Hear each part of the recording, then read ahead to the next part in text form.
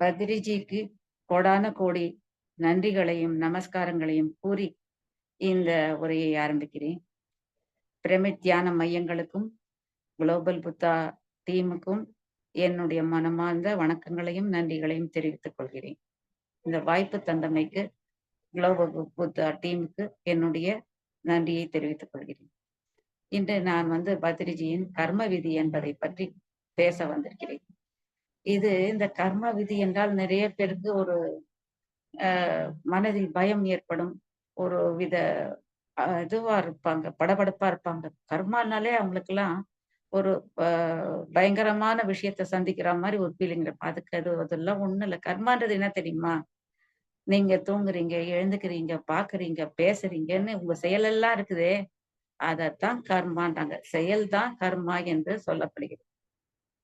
நாம இந்த பிறவி எதுக்கு எடுத்து வந்திருக்கோம் தெரியுங்களா? நம்ம பூர்வ ஜென்மத்துல பண்ண செயல்களுடைய இந்த கர்மாவுன்றாங்க. அந்த கர்மாவுடைய பலன்களை இந்த ஜென்மத்துல அனுபவிச்சு கழிச்சு அத சுத்தமா காலி பண்றதுக்காகத்தான் வந்திருக்கிறோம்.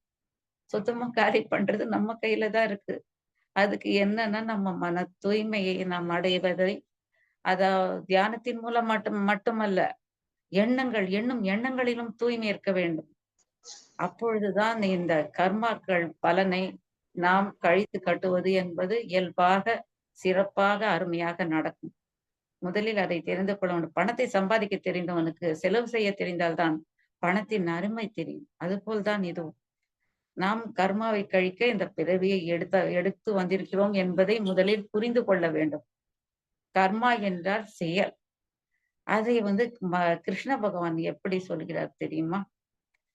இப்போ நமக்கு இருக்கிற கோபத்தினால ஒருத்தனை கொலை பண்ணிட்டா, அந்த தனிப்பட்ட கர்மாவா அதனுடைய தீய பலன்களை நமக்கு துன்பங்கள் நேரிடும், வாழ்க்கையே நரகமாகிவிடும். அந்த மாதிரி ஒரு கர்மாவை கொடுக்கும் தனிப்பட்ட முறையில் செய்தார். அதுவே நாட்டின் நலனுக்காக நாம் ஒரு ராணுவ வீரராக இருந்து நாட்டிற்காக அந்த போரில் அந்த மனிதனை நாம் கொண்டால் நமக்கு எந்தவித கர்மாவும் தனிப்பட்ட கர்மாவாக ஏற்படாது.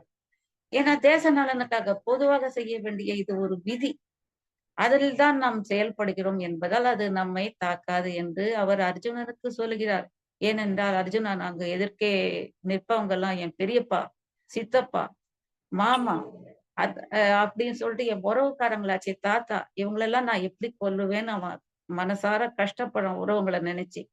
அதுக்கு சொல்றாரு அவரு, எத்தையும் நினைக்காத, இந்த துன்பங்கள் எல்லாம் உனக்கு கூடாது.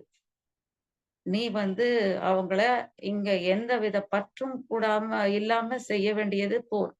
அதை செய், உன்னுடைய கடமையை செய், பலனை எதிர்பாராதேன்னு அவனுக்கு சொல்றாரு. அங்கதான் அதுதான் இங்கேயும் இதையே சொல்றாரு.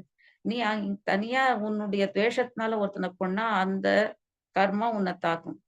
பொதுவா இருந்து தேசத்துக்காக அதை நீ மனசுல பற்று இல்லாம தேசத்துக்காக ஒரு கடமையா செய்யும் போது அது உன்னை தாக்காதுன்றார். இதுல இருந்து நம்ம செய்யக்கூடிய பலன்கள், செயல்களுடைய பலன்கள் நமக்கு தெரியுது. ஆச்சா. மூணாவதா இதை தெரிஞ்சுக்கிறதுக்கு ஆன்மீக விஞ்ஞானம் வேணும் நமக்கு, கர்மாவை பற்றி தெரிஞ்சுக்கிறதுக்கு. அந்த எப்படி அதுன்னா, ஆன்மீக புஸ்தகங்களை படிக்கணும், நிறைய படிக்கணும், நிறைய விஷயங்களை கத்துக்கணும், அதை ஆராய்ச்சி செய்யணும், நிறைய பயிற்சிகள் செய்யணும், நிறைய விளக்கங்கள் மற்றவங்களுக்கு சொல்ல சொல்ல நமக்கும் அது விளக்கம் ஏற்படும். நாம நிறைய விஷயங்களை அப்படி கற்றுக்கும் போது மற்றவங்களுக்கும் நாம அதை கத்துக் கொடுக்கறது மூலமா இந்த கர்மாவை நம்ம கழிப்பது என்று, நல்ல கர்மா சேரும் போது கெட்ட கர்மா கழியவும் செய்யும். ரெண்டும் நடக்கும் ஒரே டைம்ல. இது ஒவ்வொரு இடத்துக்கும் வெவ்வேறு வித்தியாசம் ஏற்படுது தெரியுங்களா? இதுதான் இந்த கர்மாவுடைய பியூட்டி. என்னது இதுதான், ஒரே விஷயம் ஒரு இடத்துல தப்பா தெரியுது, இன்னொரு இடத்துல சரியா தெரியுது. அப்ப கர்மாவுடைய விளையாட்டு அழகில்லாதது, அதாவது அளவே இல்லாதது என்று தெரிந்து கொள்ளுங்கள். நம் மனது தூய்மையாக இருந்தால் எந்த கர்மாவுக்கும் நாம் பயப்பட வேண்டியது. ஏன்னா நல்ல கர்மா தான் நம்ம செய்யறோம், நல்ல கர்மா தான் நம்ம பலன் கொடுக்கும், நல்ல பலன்களை. அப்போ நீங்க நீங்க உங்க வாழ்க்கையை செய்யறதுக்கு, நல்லபடியா வாழறதுக்கு நல்ல சிந்தனைகள் தேவை என்பதை இங்க புரிஞ்சுக்கணும். உதாரணமா, இப்போ பாம்பேல இருக்கவங்களோ, சென்னையில இருக்கவங்களோ, பெங்களூர்ல இருக்கவங்களோ யாரா இருந்தாலும் விலங்குகள கொன்னு சாப்பிடுறது அசைவம். அது பாவம் சொல்லிட்டு சொல்றோம். அது நிச்சயம் கண்டிப்பா நடக்கும்.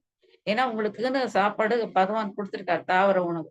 அத விட்டுட்டு நீங்க உங்கள மாரி வாழ வந்த உயிர கொன்னு சாப்பிடுறதுனால, எவ்வளோ பெரிய தீங்கு செய்றீங்க தெரியுமா? நீங்க உங்களுக்கே. அந்த உயிருக்கு மட்டும் இல்ல, உங்களுக்கே செஞ்சு, அடுத்த ஜென்மத்தில அந்த உயிர் வந்து உங்கள தாக்கக்கூடிய நிலைமைக்கு நீங்க உங்கள ஆளாக்கிக்கிறீங்க. இதுதான் சுயமா நம்மள வதைக்கிற இதுன்னு. இதுவும் ஒரு கர்மா. நம்மள நம்மளே வதைச்சுக்கிறதும் ஒரு கர்மாவாயிடும். இப்படி அந்த கர்மாவுடைய கூட்டுத்தொகை காம்பவுண்டிங் இன்ட்ரெஸ்ட் மாரி போய்க்கினே இருக்கும். இந்த இடத்துல சாப்பிடுறது தப்புன்னு சொல்ற அந்த அசைவ உணவு, இன்னொரு இடத்துல நல்லா கேளுங்க. அவனுக்கு ஒரு தீவுல போய் ஒருத்தன் மாட்டிக்கிறான். அவனுக்கு அங்க எதுவும் சாப்பிடறதுக்கு கிடைக்கல. உயிர் போற நிலைமை வந்துடுது. சாப்பாடே இல்லாம தத்தளிக்கிறான். அப்ப அவன் கிட்ட ஏதோ ஒரு அ விலங்கு வந்து மாட்டுது. அத வேட்டையாடி அவன் சாப்பிடுற நிலைமை கிடைக்குது. அப்ப அவன் அந்த வேற வழி இல்லாம தன் உயிர காப்பாத்திக்க அங்க சாப்பிடுறதுன்றது நல்ல கர்மாவா அமையுது. ஏன்னா, அவனுக்கு வேற வழி இல்ல. உயிர காப்பாத்திக்கிறதுக்காக அவன் செய்யற செயல் அது. இயற்கையான செயல். அவன் தன் உயிர காப்பாத்திக்கிற செயல். அவன் வேற எதுவும் நினைக்கல. தன் உயிர காப்பாத்திக்க நினைக்கிறான். அதுக்கு அவன் என்ன வேணா செய்யறது இயற்கை அவன அனுமதிக்குது. அதனால அவன் அங்க கொன்று தின்னா அந்த பாவம் அவனை சேராது. அதுவே இங்க எல்லாம் இருக்குது. சாதம் வடிச்சிருக்காங்க. குழம்பு பதார்த்தம் வச்சிருக்காங்க. அத விட்டுட்டு எனக்கு சிக்கன் 65 வேணும். சிக்கன் லாலிபாப் வேணும் சாப்பிடுறீங்களே, அதுதான் தவறு. அதுதான் கொடிய பாவத்தை ஏற்படுத்தும். ஒரே விஷயம் பாருங்க, எந்த மாரி எப்படி நடக்குதுன்னு. இது அதுக்கு மட்டும் இல்லைங்க. செடிங்களுக்கும் இது உதவும். இந்த நியாயங்கள். செடிங்க இருக்குதே, அதில தாவரங்க கீரையெல்லாம் நம்ம பறிச்சு தானே சாப்பிடுறோம். அப்ப அதுங்களுக்கு வலிக்காதா? அதுங்க இதுவா அதாவது கொடுமையான வேதனை அனுபவிக்காதா? அது கர்மா இல்லையான்னு கேட்கலாம். சந்தேகம் வரலாம். இல்ல. நீங்க வாழறதுக்காக அப்ப உங்களுக்கு பயன்படக்கூடியதாக இறைவன் படைப்பு அது. அதனால அது நீங்க சாப்பிடுறது தவறே இல்ல. 2வது அதுங்களுக்கு வலின்ற உணர்வும் கிடையாது. அதனால நீங்க எந்தவித குற்ற மனப்பான்மையோட அத பறிச்சு சாப்பிட வேண்டாம். நல்ல சந்தோஷமா அத ரசிச்சு சாப்பிடலாம். அதே டைம்ல உங்களுக்கு தேவையில்லாதது, உங்களுக்கு நீங்க செய்யவே தேவையில்லாதது என்னன்னா, ஒரு செடிகிட்ட போய் நின்னு யார்ட்டயோ பேசுறீங்க. அப்ப சும்மா இல்லாம அந்த கைய வச்சு, நீங்க என்ன பண்றீங்க, ஒரு இலைய பறிச்சு, பறிச்சு கீழ போடுறீங்க. அது தீய செயல். ஏன்னா, அது அந்த இது நீங்க செய்ய வேண்டியதே இல்ல. ஆனா, நீங்க அது செய்யும்போது அதுக்கு எவ்வளவு வலிக்கும் தெரியுமா? பாருங்க, முன்ன சொல்றாரு வலி இல்லன்னு. இந்த இடத்துல வலி இருக்குதுன்றாங்க. அதாவது நம்மளுடைய நோக்கம் வந்து இந்த தன்மைகளை ஏற்படுத்துது. அதனால நம்ம நோக்கத்த நம்ம தூய்மையாக வைத்துக் கொள்வது மிக, மிக அவசியம். அதுதான் கர்மாவை ஏற்படுத்தக்கூடிய விஷயங்கள முக்கியம். அடுத்தது வார்த்தைகள். மனசாலயோ, சொல்லாலயோ, செயலாலயோ நம்ம செய்யற செயல்கள் எல்லாம் கர்மாக்கள். அவை எல்லாம் செயலற்ற கர்மாக்கள். ஆனா கர்மாக்கள். அத வந்து செய்ய செய்ய செய்ய செய்ய தான் நமக்கு தூய்மை அடையறதுக்கு நம்ம தூய்மையான நோக்கத்தோடு செய்ய தான் அந்த கர்மாக்கள் தூய்மையாகும். இப்போ ஒண்ணோட ஒண்ணு எப்படி பின்னி பிணைஞ்சு இருக்குது பாருங்க. இது மட்டும் இல்ல. பத்ரிஜி சின்ன வயசுல குழந்தையா இருக்கும்போது, அவங்க அம்மாக்கு ஹெல்ப் பண்ணுவாராம் வேலையெல்லாம். அப்போ வந்து ஒரு நாள் அவங்க அம்மா, "ஏய் நெறைய எலிங்க வந்துடுத்துடா. அதுங்கள அடிச்சு கொன்னுடுடா கொன்னுடு தம்பி" அப்படின்றாங்க. ஓகேம்மா. அப்படி அவர் ஒரு ஜாலியா அத எடுத்து நெறைய எலிங்கள பாக்குற இடத்துலலாம் அடிச்சு கொல்ல ஆரம்பிச்சாரு. அது அவங்க அம்மாவும் அவர் கூட சேர்ந்துக்கின்னு 2 பேரும் செஞ்சிருக்கிறாங்க. அத பிற்காலத்துல அவர் அத நினைச்சு தியானத்துக்கு வந்த பிறகு நம்ம அம்மாவுக்கு தியானம் தெரியாதனால, நாம சொன்னத நம்பி அவங்களும் ஈடுபட்டு செஞ்சாங்க. அது தவறு இல்லையா? அது என்னத்துக்கு அதுங்க பாட்டுக்கு இருந்துட்டு அதுங்க வந்து இவங்களுக்கு உள்ள வந்து தொந்தரவு குடுக்க போதுன்ற பயத்துல இவங்க வந்து பண்ணா அடிச்சு கொல்லலாம். அதுங்க பாட்டுக்கு போயிருக்கும்போது இழுத்து எதுக்கு கொல்றது? அது கர்மம். கொசு, மூட்டைப்பூச்சி இதெல்லாம் கடிக்குதுன்னா, அத அடிச்சு கொல்லலாம். தவறு இல்ல. அதுகளுக்கு வேற விதி. இப்படி கர்மாவுல கூட இத்தனை இது இருக்குது. நம்மள கொல்ல வர பசுவையும் கொல்லலான்னு மனுநீதி சாசனம் சொல்லுதுன்னுவாங்க. நம்ம உயிர காப்பாத்திக்கிறதுக்காக நாம எதையும் செய்யலாம். அதுக்கு ரூலே கிடையாது. கட்டளையே, கட்டுப்பாடே கிடையாது. ஆனா, அதே இது அடுத்ததுக்கும் இருக்கணும்ன்றத நம்ம உணரணும். அடுத்த உயிர கொல்றதுக்கு நமக்கு எந்த அதிகாரமும் கடவுள் தரல. நம்மள மாரி அத படைச்சிருக்கா. அதுவும் வாழ்ந்துட்டு போகட்டுமே! நாம ஏன் அத அழிக்கணும்? அந்த தவற நெனச்சாலே அந்த தவறு செஞ்ச பாவம் உங்களுக்கு வந்து சேரும். அப்ப நம்ம மனது எவ்வளவு தூய்மையா இருக்கணும்னு பாருங்க. இதுக்கு அடுத்தது என்னன்னா, நம்ம வாழ்க்கையில நடக்கிற எல்லாத்துக்கும் நாம தான் காரணம்னு நெனைக்கிறோம் இல்லைங்களா? நாம மட்டும் இல்ல, நம்ம சுத்தி சரவுண்டிங்ல இருக்க உணர்ச்சிகளும் நம்மள அந்த நிலைமைக்கு கொண்டு போகும். ஆனா நாம தியானம் பண்ண எதையும் நாம சரியா இது தவறு, சரி என்று சீர்தூக்கி பார்த்து செய்யக்கூடிய திறன் நமக்கு கிடைக்குது. அப்ப நம்மள யாராலயும் ஒண்ணொண்ணு தூண்டி விட்டா கூட அவங்க சாதிக்க முடியாது. அங்க செயலற்று போவாங்க. இந்த தியானத்துடைய சிறப்பு. தியானத்தை செய்ய வேண்டும். தூய்மையான மனதை வைத்துக் கொள்ள வேண்டும். தூய்மையாக எல்லாவற்றையும் நினைத்துக் கொள்ள வேண்டும். அடுத்து நமக்கு தெரியாத விஷயங்கள் என்று எவ்வளவோ எல்லாருக்கும் இருக்கும். நம்மளால முடிஞ்சத நம்ம அ சுற்றுப்புறத்துல இருக்கிறவங்க கூட நட்பு பாராட்டணும். அது மூலமா எப்படி எடுத்துறாரு, நமக்கு தெரிஞ்சதெல்லாம் அவங்களுக்கு கத்துக் குடுக்கலாம். உங்களுக்கு ஏதோ ஒரு மொழி தெரியும். இங்கிலீஷ் தெரியும், ஹிந்தி தெரியும். அத பக்கத்துல இருக்க குழந்தைங்களுக்கோ, பெரியவங்களுக்கோ கத்துக் குடுக்கலாம். சித்திரம் வரைய தெரியும். அத கத்துக் குடுங்க. பாட்டு பாட தெரியும். அத கத்துக் குடுங்க. சமையல் பண்ண தெரியும். பத்ரிஜி அம்மா வூட்ல அத்தன பேருக்கு சமையல் பண்ணி எல்லாம் செய்ய வேண்டிய வேலைகள் எல்லாம் செஞ்சுட்டு, அதுலயும் டைம் அவங்களுக்கு மிச்சமா இருக்கிறதுல போய் அக்கம் பக்கத்துல இருக்கவங்களுக்கு அதெல்லாம் சொல்லிக் குடுத்தாங்களாம். அதெல்லாம் நல்ல கர்மான்றாரு பத்ரிஜி. இந்த மாதிரியெல்லாம் நம்ம ஏற்பாடு பண்ணிக்கின்னு செய்யலாமே! இத விட்டுட்டு நம்ம சும்மா உட்காந்துக்கின்னு, இந்த மாரி இதெல்லாம் பேசிக்கின்னு, கொண்டுக்கின்னு, சீரியல் பார்த்துக்கின்னு இருக்கிறதெல்லாம் என்னன்னா, அன்னைக்கு அவர் குணா சார் கூட சொன்னாரு. அருமையா அந்த இத கேட்கறது மூலமா பிரபஞ்சம் முழுக்க அந்த சக்தியுடைய பரவற தன்மைய அதிகரிக்க செய்றோம். நம்மள அறியாம நம்ம. இது மாரி செய்யறோம் தப்புன்றது தெரியாம நெறைய கர்மாங்கள செய்றோம். அதுக்கு தான் எதையும் நம்ம சிந்திக்கிற திறன் நம்ம வளர்த்துக்கிறதுக்கு இந்த தியானம்ன்றது ரொம்பவும் முக்கியமான ஒண்ணுன்னு சொல்லிட்டு சொல்றாரு இங்க பத்திரிச்சு. இத கலைகள கத்துக்கிறதுக்கு கூட தேவை. அதுதான் வினயம் வேணும்ன்றாங்க. வித்யாவுக்கு வினயம் வேணும். அவித்யாவுக்கும் வேணும். அ ஆனா வினயம்ன்றது இல்லாம இந்த கல்வின்றது கிடையாது. அததான் திருப்பி திருப்பி சொல்றார். கல்வி கற்கணும். கல்வி கற்கறது மூலமா தான் இந்த அஞ்ஞானம் விலகும். அஞ்ஞானம் விலகி ஞானம் வர்றதுக்கு இப்ப ஒரு இருட்டான இடத்துல என்ன பண்றீங்க? ஒரு சிறிய விளக்கு ஏத்துறீங்க. அப்பதான் அங்கருந்து அந்த இருள் விலகும். அதுபோல நம்ம மனசுல அந்த ஞான ஒளிய தியானம்ன்ற செயல் மூலமா ஏற்றி, அங்க இருக்க இருள விரட்டும். அதுதான் நம்ம வாழ்க்கைக்கு எல்லா விதத்திலும் இந்த கர்மாக்களை அழிப்பதற்கு மிகவும் முக்கியத்துவம் வாய்ந்தது. கர்மாக்கள சேரக்கூடாது. சேர்ந்த கர்மாக்கள அழிக்கும்.